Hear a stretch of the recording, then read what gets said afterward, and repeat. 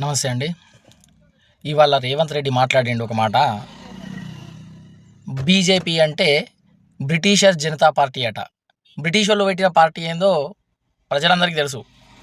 Congress party అనేది వాడు పెట్టి పొంగ పెట్టి మనకు అంటించిపోయిన దురద అనేది అందరికీ తెలుసు. ఇవాళ ఈ గుంపు మేస్త్రి మాట్లాడుతున్నాడు, బీజేపీ అంటే బ్రిటిషర్ జనతా పార్టీ అంట.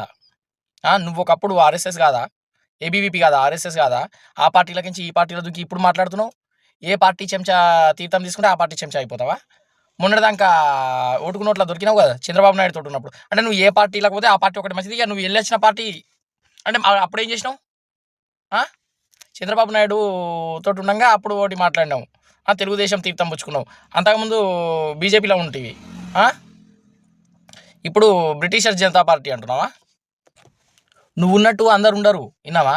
ఇవాళ రాహుల్ గాంధీ చెయ్యి మోచేతు నీళ్ళు తాగుడు, సోనియమ్మ ఎవరికి రా అమ్మ సోనియమ్మ? వాడేమంటాడు రాహుల్ గాంధీ?